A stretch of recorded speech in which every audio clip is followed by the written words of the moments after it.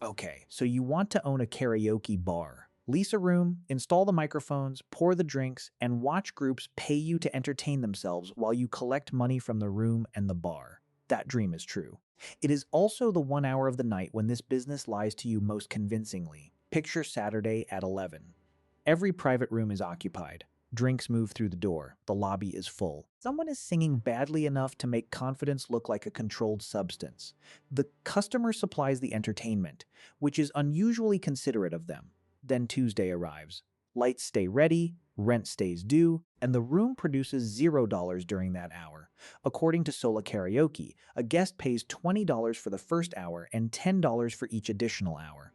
According to Rex, private karaoke rooms can sell for $30 to $150 an hour, depending on size and market. That sounds rich until you notice what is being sold. It is not the song. It is 1 hour inside one room. Once that hour passes empty, you cannot put it back on the shelf and sell it tomorrow. That empty Tuesday room is the first loop. We will return to it when the good year and bad year are placed beside each other. The broader bar market makes the opportunity look substantial. IBIS World reports that the United States bar and nightclub industry contains nearly 70,000 businesses and produces about $38 billion in annual revenue. Divide that revenue by those operators, and the result sits near $550,000 per venue.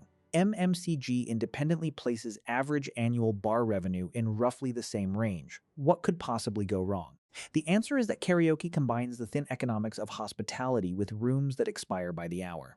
This video will prove three things. First, the microphones are not the expensive part.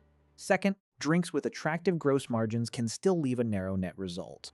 Third, we will stand outside a famous karaoke bar while its final crowd sings inside and the land beneath it changes owners. Before that ending, you need to understand what kind of business you are actually buying. A karaoke bar is not a music business. It is an occupancy business that happens to sell singing. That definition matters because the name covers several models with different customers, prices, and margins.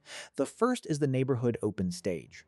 Customers enter without renting a room. The operator may charge no singing fee because the real sale is the next drink.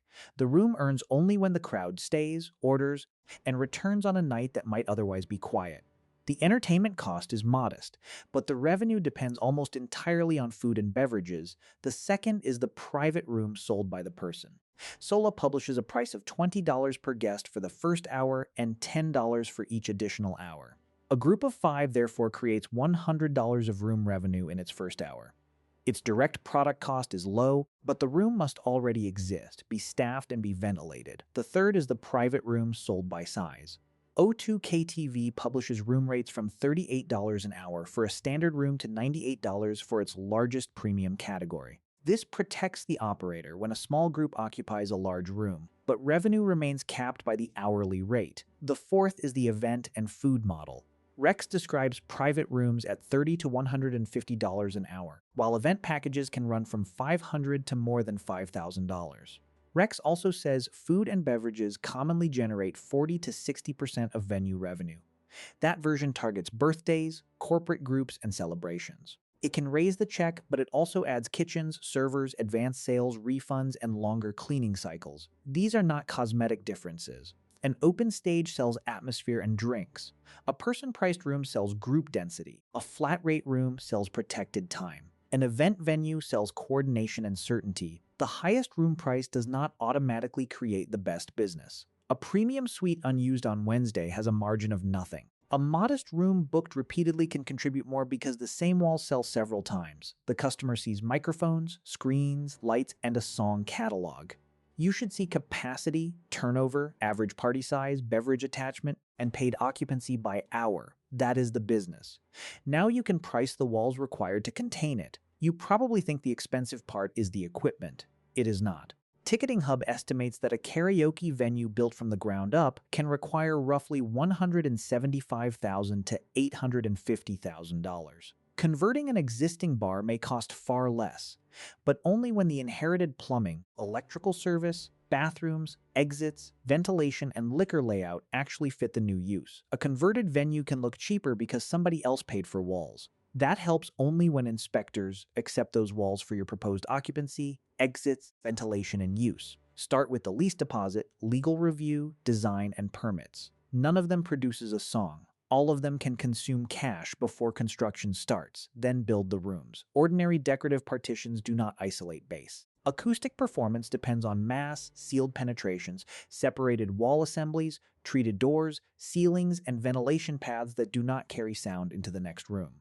Every cable hole and air grill can become a bridge between two groups trying to sing different choruses. The second layer is life safety. The International Building Code calculates occupant load for assembly areas with tables and chairs by dividing net floor area by 15 square feet per person.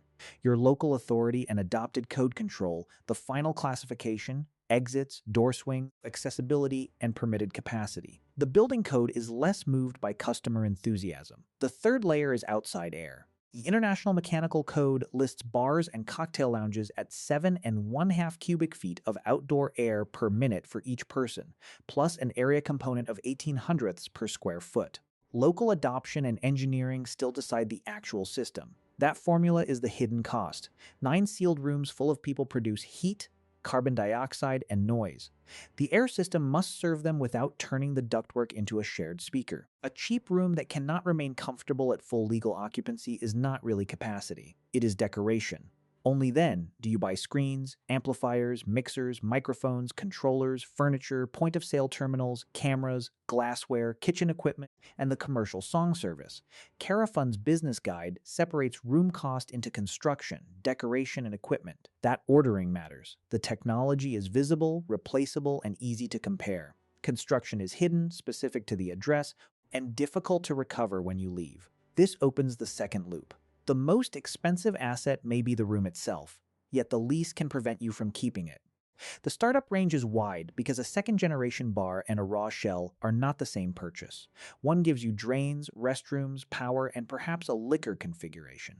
The other gives you concrete and optimism before signing separate movable equipment from leasehold improvements. Price the fire, accessibility, mechanical, acoustic, and permit work before assigning value to the televisions.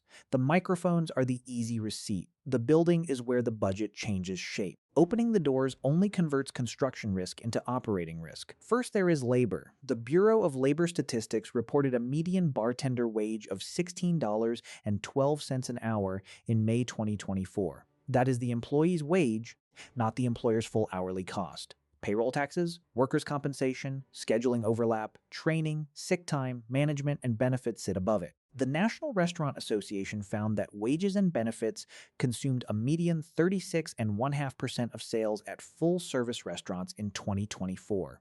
Profitable respondents reported a lower median of 34.2%. That difference looks small. It is not. On $81,000 of monthly sales, 2 percentage points equal $1,620. The calendar does not care whether the lost efficiency came from overtime, slow service, or an empty room that still required coverage. Second, there is rent. LoopNet listings for Los Angeles bar space show asking rents around $39 to $45 per square foot each year, with individual spaces varying widely.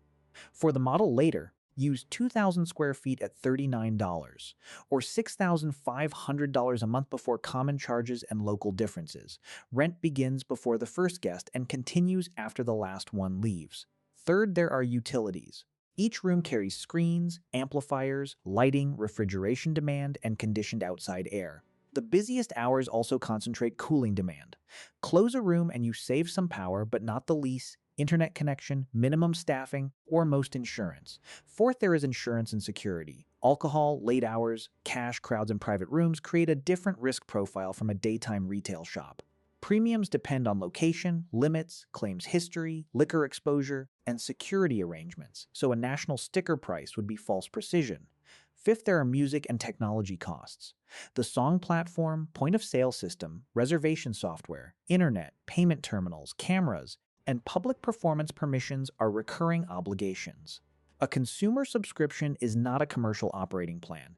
We will return to the legal exposure after the case studies. Sixth, there is inventory. Toast describes 20% as a standard bar pour cost, while noting that actual results vary. A drink sold for $10 may contain roughly $2 of beverage cost. The remaining $8 is gross profit, not owner income.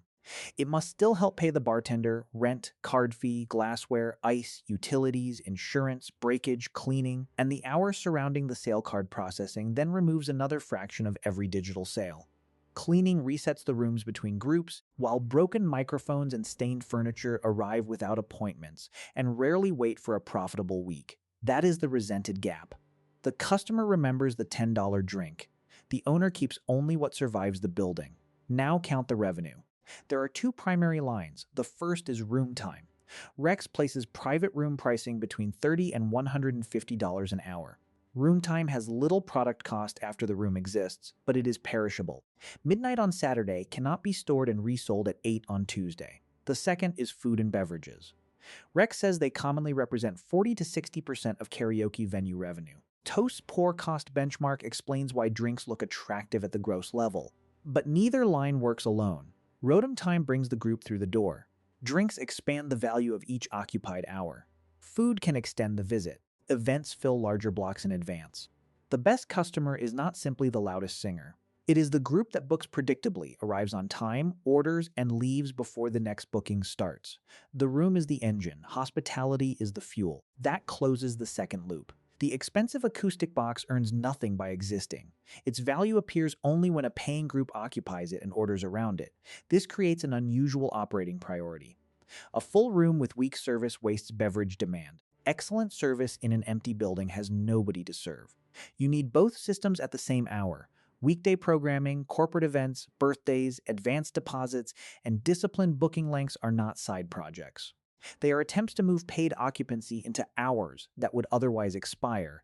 Peak demand can hide weak economics because customers arrive faster than the staff can reset rooms. Off-peak demand exposes the fixed cost because the same rooms sit ready without producing a receipt. So the owner does not live on microphone rentals or cocktail markup in isolation. The owner lives on the contribution created when paid room time and food and beverage spending overlap. The next calculation uses a 9-room venue, 6 sellable hours each day, a blended room yield, and the midpoint of Rex's food and beverage range. This is where the crowded Saturday meets the monthly bank account. Here is the promised live arithmetic. The model is mine, using published prices and stated assumptions. 9 rooms open 6 hours daily create 1,620 room hours in a 30-day month. At 25% paid occupancy, 405 hours sell. At $100 per occupied hour, room sales reach $40,500. Using the midpoint of Rex's range, food and beverages add the same amount. Total sales are $81,000. National Restaurant Association labor, toast pour cost, and stated card and servicing assumptions consume 52%, or $42,120. LoopNet rent plus $28,000 of other stated fixed costs consume $34,500. $4,380 remains. Dom's one packed Saturday rescue the month? No. Quiet weekdays already voted. That is the structural trap. The math changes, revenue moves with paid occupancy. The lease does not annualized. The model produces $972,000 of sales, over 70% above the $558,000 bar average, reported by MMCG1. Burbank owner survived a forced move and 3 decades of competition. His ending was waiting outside the building before the final singer arrived. Who controlled the future of that room? The landlord and the development rights did. Meet Sal Ferraro. Equipment can be sold. A specialized build-out is harder to move. Specialized rooms may have little value to the next tenant. The lease can continue while the asset underneath it becomes stranded. In our model, 25% occupancy leaves only a narrow cushion. A few points lost to weak weekdays, seasonality, construction outside, or a new competitor can erase it without changing the quality of the microphones. The obligation survives the customer. Open the 4th loop here. A 7-point occupancy change will separate the good year from the bad one. We will close that calculation near the verdict. Ferraro did not discover that karaoke had stopped attracting people. He discovered that loyal customers and a famous name do not give a tenant permanent control over the address. Ferraro opened Dimples in Burbank in 1982, across from the Warner Brothers studio complex. It billed itself as America's first dedicated karaoke bar and became a place where regulars, tourists, studio workers, and celebrities stood under the same lights. The business survived long enough to become part bar and part local museum. its walls filled with photographs, records, props, old cameras, and entertainment memorabilia. Customers did not merely recognize the name. They recognized objects and rituals inside the room. Then the address moved underneath it. The Los Angeles Times reported that Ferraro was forced to relocate in 2005 because a 500,000 square foot condominium and retail project was planned for the original site. The city planning process imposed operating conditions on the new location. Ferraro accepted a 20-year lease and moved Dimples into another established restaurant building. That should have solved the property problem. It did not solve the ownership problem. Years later, another development reached the replacement location. The Los Angeles Business Journal reported that Dimples would make way for the $165 million Teleria project. Plans included luxury apartments and a Whole Foods on land containing the karaoke bar. By then, Dimples had operated for roughly 33 years. The final scene did not look like a business nobody wanted. Customers crowded into the bar for another song. Longtime patrons came back to the stage. According to the Valley Relics Museum, demand became strong enough during the farewell period that Dimples added Sunday hours. Normally it's closed night. Ferraro still talked publicly about reopening elsewhere. But a karaoke bar is not a sign in a song library. It is a permitted address, an acoustic build-out, a staff, a liquor operation, and a customer habit tied to one physical room. The memorabilia could move. The room could not. The lease stayed decisive. That closes the loop opened outside the building. The development eventually reached the door, and decades of goodwill did not convert into control of the real estate. Dimples did not prove that karaoke cannot attract a crowd. It proved something colder. A leased entertainment business can spend decades creating a destination while somebody else retains the right to replace the destination. The next case is included to show how concealed cash payroll becomes a federal tax consequence, not to explain how it was carried out. Wook Lee operated a karaoke bar in the Flushing neighborhood of Queens through Mona Lisa 7 Corporation. According to the United States Department of Justice and the court documents it summarized, Lee concealed part of the bar's cash payroll and underreported wages and employment taxes between 2011 and 2013. The government said the conduct involved corporate bank accounts and false tax returns. The relevant point is the consequence. In April 2019, a federal court sentenced Lee to 12 months and 1 day in prison. The court also ordered 2 years of supervised release and $612,500 in restitution to the Internal Revenue Service. The filmable moment is no longer inside the karaoke room. It is the sentence being entered while the business receipts are reconstructed as tax liability. That ending moves faster than the slow property pressure at Dimples. Ferraro spent decades building a place that was eventually displaced. Lee's case turned cash handling into a federal conviction, imprisonment, supervision, and restitution. Cash revenue can feel immediate. Payroll taxes arrive later. That delay does not turn them into margin. The karaoke bar model has enough legitimate pressure without pretending employee wages disappear when they are paid outside the ordinary payroll system. The regulator still sees wages. The court can still reconstruct the obligation. One case ended with customers singing goodbye. The other ended with a federal sentence. Both began inside businesses where the room looked busy. After the federal case, the microphones carry another legal exposure. You may think a commercial karaoke subscription buys every right the room needs. It does not. ASCAP explains that bars and restaurants need permission for public performances of musical works. A karaoke provider may license its software and recordings, while the venue remains responsible for separate public performance rights covering the songs. The expensive surprise is not another speaker. It is permission to use the songs in public. The United States Copyright Office states that statutory damages can run from $750 to $30,000 for each infringed work. If a court finds willful infringement, the ceiling can reach $150,000 per work. Those are statutory limits, not an automatic bill. Actual liability depends on the case. The economic lesson is narrower. Music is not free inventory because customers already know the lyrics. Now close the occupancy gap and decide whether you should buy the bar, return to the 7-point occupancy change. At 29% paid occupancy, this model leaves about $127,000 for the year after the same costs. At 22%, it loses roughly $3,400. The swing is about $130,600. That closes the fourth loop. 7 points separate an attractive return from a year that merely survives. Here is the verdict. Store Opban requires roughly $175,000 to $850,000, based on Ticketing Hub's published range. Realistic annual revenue in the baseline model is $972,000. The good year keeps about $127,000. The bad year loses about $3,400. Break even arrives near 360 occupied 1-hour room bookings each month. This business is right for an operator who understands hospitality, controls the lease, licenses the music, and can manufacture weekday demand. A karaoke bar is not really a music business. It is an occupancy business that happens to sell singing. You did not buy microphones and wait for money. You bought empty hours and accepted the job of filling them. The song ends. The rent does not.